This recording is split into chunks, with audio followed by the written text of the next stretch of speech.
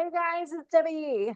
And I wanted to share my deep dive I did on mitochondria and how it relates with metabolism testing, and probably gave my clients in my seminar too much information, but I just never know if people are curious as myself. So I thought I'd share it with you watching, or people from my seminar may want to learn more because it's really a deep dive down in the rabbit hole. Now, I found this infographic from someone I met on LinkedIn.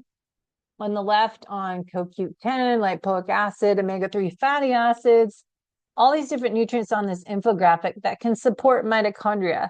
If we look at how mitochondria work to create energy and how they're in all areas of our body but red blood cells, I'm learning more of this. I'm not an expert. I'm just sharing with you on my exploration and correlations, and really looking at what I need to do to be my best self in the future. So, calling this the FutureYou program, what do we need to do to improve our future self? So, mitochondria are everywhere, but red blood cells. But I was curious of, all right, how many mitochondria do we really have in our body? As I interviewed Dr. Patel and then Chris Beers of their Vital C, we were talking about the mitochondria. And so if you're curious as myself, you can watch this video and learn more.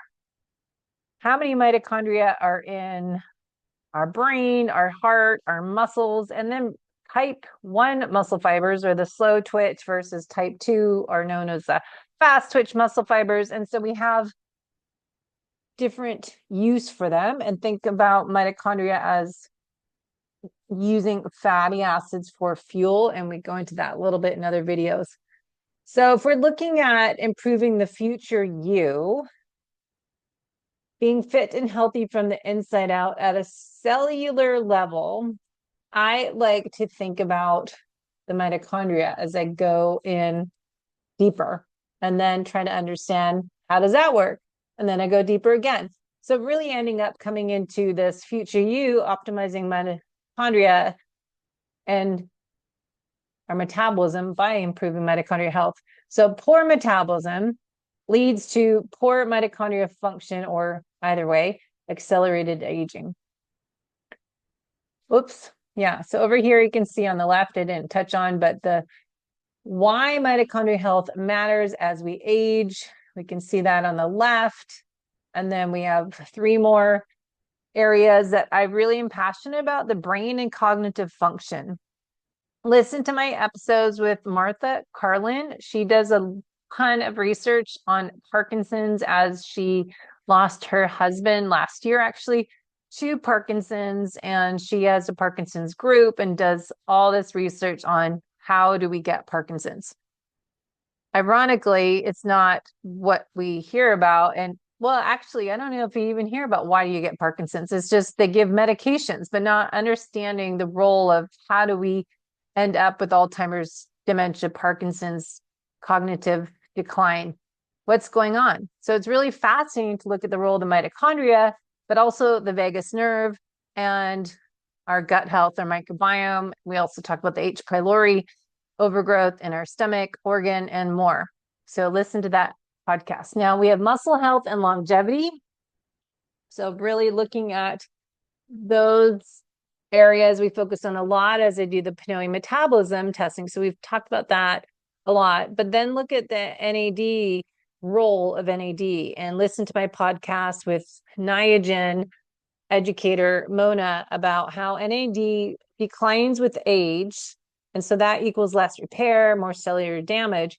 And so there's so much research on there, and supplementing with IVs, injections, supplements, precursors to NAD plus, but really looking at the role in the research on the video I did with Mona on Niagen and how it gets more into the cell itself.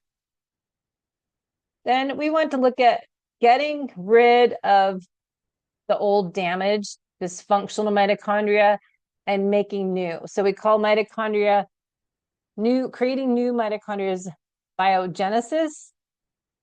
And then to get rid of old, it's autophagy. So cell autophagy, or mitophagy for mitochondria. So I went into a deeper dive of, all right, well, how exactly do we create new mitochondria? But how do we get rid of the old damaged mitochondria?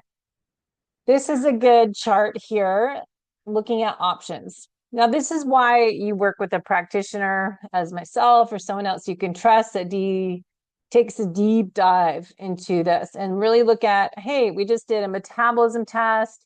Now I want to see what's going on with you in your labs and maybe do some organic acids test, the mitochondria test from me screen and figure out maybe you don't have problems, but maybe we want to not have problems, right? Do you ever think of it that way? I want to invest in my future self, not just financial, 401k, stock market. I want to invest in my health and getting ahead of it. So medicine 3.0, as Peter Attia talks about. So you can see supplements that help create new mitochondria, PQQ, CoQ10, and really important, creatine. More and more research on that we keep hearing about. For women, you should be taking it for sure. 3 to 5 grams a day. I have three actually different types I use from Keon creatine. I also order from my full script account. You can get Thorn. And then Cynthia Thurlow has a creatine plus that has great B vitamins and L-carnitine in it. Now, how to support getting rid of the old damaged mitochondria. I've been trying these supplements from Particular. I did a little video on them, but again, always ask me if you want to try something because there's a discount code for my favorite companies or people that reach out to me. Spermidine, berberine, and urolitho A. You hear a lot about the urolitho A because of MitoPure, and there's another company that uses that, right? So looking at that, I've been trying to do the spermidine post sauna to help the autophagy and going into that. Now, AMPK, moderate activation, creating new mitochondria. But interesting why it went down this rabbit hole is look at creating or getting rid of the old damaged one. AMPK is a strong activator, sirtuins activation. To create new ones, PGC1 alpha. So I'm just learning about all this, but just you might see some patterns here. Now, here's an infographic thanks to my AI assistant creating this on the left. What can you do for mitochondria biogenesis? And then mitophagy. Fasted cardio is controversial. So we brought this up in the seminar last night, but we want to see fasted cardio. Is that right for you? If it's zone 1, for example, if I'm waking up in the morning and going for a zone 1 to bottom of zone 2 at my peak fat max heart rate, that might be a walk for you.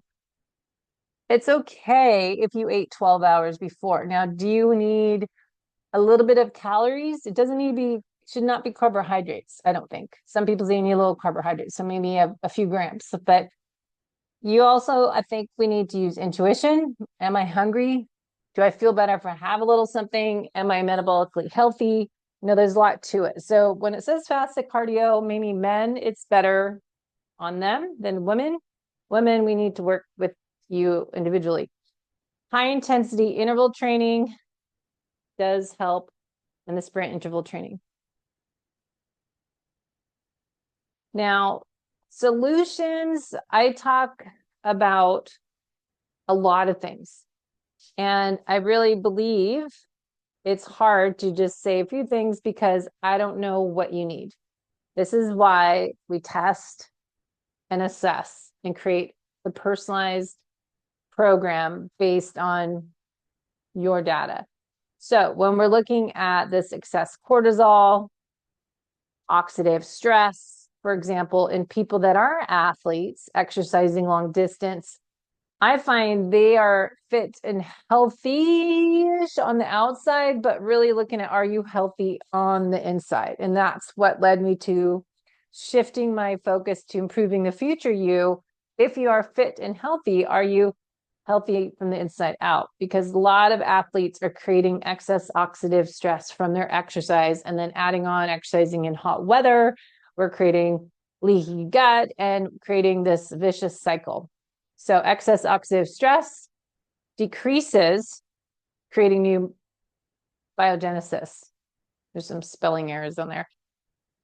AMPK versus mTOR is altered. You're more breaking down your body with excess cortisol and oxidative stress. Accelerated aging, you're stressing the mitochondria, and chronic disease risk might be increased. So strategies are suggested, focusing on your sleep, which I talked about in the seminar, that we really need to perhaps start with addressing our sleep schedule before you start addressing anything else. Now, breath work, yoga, adaptogens, antioxidants, mitochondria support, and regular lab testing, which means to me every 3 to 4 months, 6 months for sure, not once a year.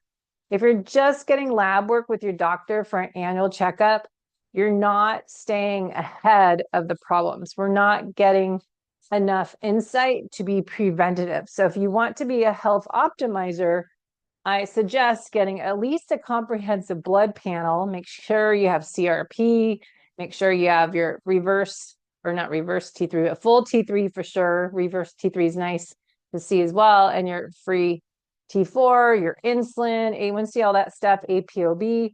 I want to see it all and see patterns. But ideally, I'd like to get a Dutch test for clients and get a stool test to look at their gut health and organic acids test. And a food Zoomer test is always a great bonus. So if we look at building up versus breaking down, we were learning about mitochondria, creating new mitochondria just now, right? So biogenesis. Now we hear about the teeter-totter effect of AMPK or mTOR. AMPK is an energy sensing enzyme activated when the cellular energy is low.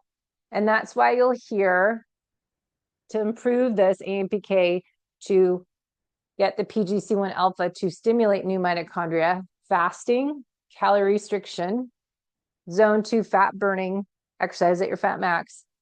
Cold exposure improves our, well, let's see. Let me think about that. Cold exposure, is that AMPK? Is it to do with the brown fat that activated? So you're getting more mitochondria in brown fat. And then breath work. Now, how's breath work?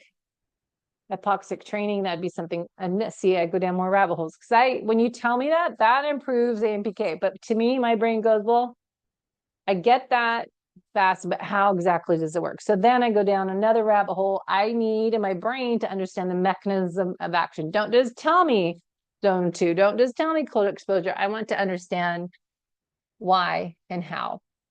So that's why I continue to add on to my slides I'm doing and podcasts. So AMPK, once it is activated via the examples above, then this PGC1 alpha receptor, gamma coactivator 1 alpha. So this is why we say PGC1 alpha. It's a super long word. This is a master regulator of mitochondria biogenesis. So to create new mitochondria, to increase oxidative capacity for improved fat metabolism, improved fat burning efficiency, and improve our endurance and metabolic health, we need to stimulate the AMPK pathway, and that needs to stimulate PGC1 alpha, right? So mitochondria biogenesis is largely stimulated via the AMPK PGC1 alpha pathway. All right, so this is more for me than you, but I just wanted to go through this because this is how I learned too. All right, so what about nutrition? So let me get my photo out of here. Phytonutrients. So if we look at nutritional therapy, what foods have these nutrients in it support creating new mitochondria? So we want to look at other options than just not eating and look at what we can do. So there's some examples. But just think of that, say green tea. We also need to look at the dose. So when you hear something's good for you as lion's mane or turmeric or green tea, then you have to ask, what is the effective dose? How much do I need of that food to create this response that I'm looking for. So not just adding some broccoli sprouts. That's why there's a whole supplement of broccoli sprouts. It's hard to eat enough of it to get the benefit. Same with resveratrol. And I'm not going to drink wine, but if I think I'm getting resveratrol from drinking wine, you have to have like 10 bottles of wine. So that's where supplements come in handy because it's hard to get enough through food. So not to over supplement, but just looking at options. Now here's some biogenesis, remember, new mitochondria and getting rid of old damaged mitochondria. What can we do? So if we put that into AI, I can look at some best strategies, approaches. So Avir Trim, I can send you the link, but that's from Dr. Kyle. We did a podcast with berberine, EGCG, which is in green tea, and the other one, P word, I can't see it. And then we have mitochondria support blends with CoQ10 and PQQ. And then you have spermidine, urolithyl A, we've talked about. But remember, you can't out supplement for lifestyle habits. So I'd rather you start with the items that are free. Cold exposure, but not too much, right? If you're already really stressed, doing too much of this is just making you worse. So again, it depends on you. Fasting's not for everyone. A 12-hour fast of digest rest is normal. It's not really fasting. It's just normal part. So we want to look at these different strategies. These are just examples to show you, here's what I can do. But we need to test with Pinoe and Me-Screen to identify what is not functioning in your body at optimal level, right? So we need to know, what do we need to address? What areas are holding you back? Do you need more the AMPK activation, or do we identify you need more mTOR? And then ideally we have those in balance. So we have the autophagy, but we also need to not just be in breakdown mode, we need to turn on the building mode and then have that back and forth so we're in the right balance. Triggering with fasting, with exercise. Isn't this a great infographic? It's pretty good. Hormones, growth hormone, insulin, IGF-1 for mTOR activation, sauna, resistance training, carbohydrates, protein with the right leucine. So you can see the two, how there's one or the other. So we need to balance the two pathways. How do we do that? Well, we can look at the exercise, the nutrition, the supplements, lifestyle habits, and what system do we need activated to support longevity, mitochondria biogenesis, and cleaning up. So this is AMPK chart for mitochondria health. So you can look over that. And then I already had that in there, but that's same chart we just went over, and then get your mitochondria optimization plan. So how do we know what you need to do? So get your metabolism testing done right with the proper warm-up for your exercise test, and make sure they're asking you your RPE, rates of perceived exertion, 1 through 10. I want to know what heart rate you are and what perceived exertion level you are. Warm you up, find where you are at a 6 out of a 10, find where you're 9 out of 10, then we can identify what's the highest heart rate you've seen. Ideally, I want you to wear a heart rate chest strap when you exercise, not just using what's on your Garmin or your Apple Watch. They're not as accurate, right? Same thing. I want you to test your heart rate variability with the chest strap and really get Sweet Beat Life is an app. We've done podcasts with Rhonda a ton over the years and really learn what's best for you. Guidelines for biogenesis for men.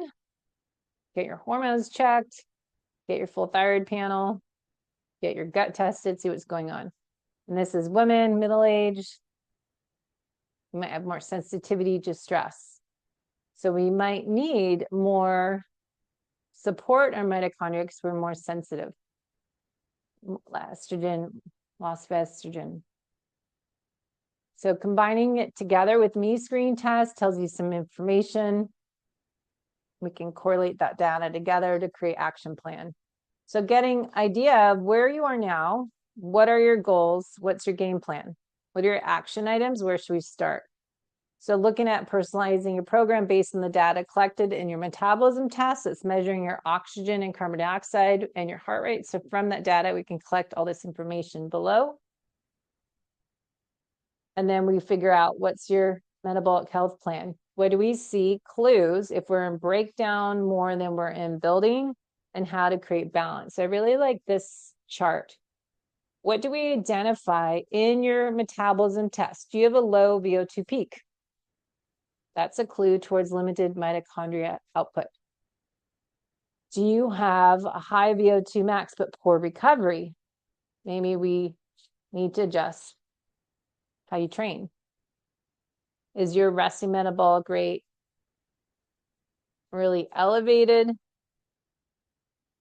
Your RMR, stress response, poor recovery. So we can look at data, things are a little bit higher than they should be. And then if we want to test and then put it all together, figure out what's your workout plan, figuring out how to improve your VO2 max, but maybe that's working, collecting data, improve your chronological age versus biological age, and then looking at clues with other tests. Mitochondria markers, gut pathogens, cortisol, hormones, metabolites in a Dutch test, a blood chemistry panel, and put this all together to get a plan. And that's where I order the functional lab testing and my more in-depth packages.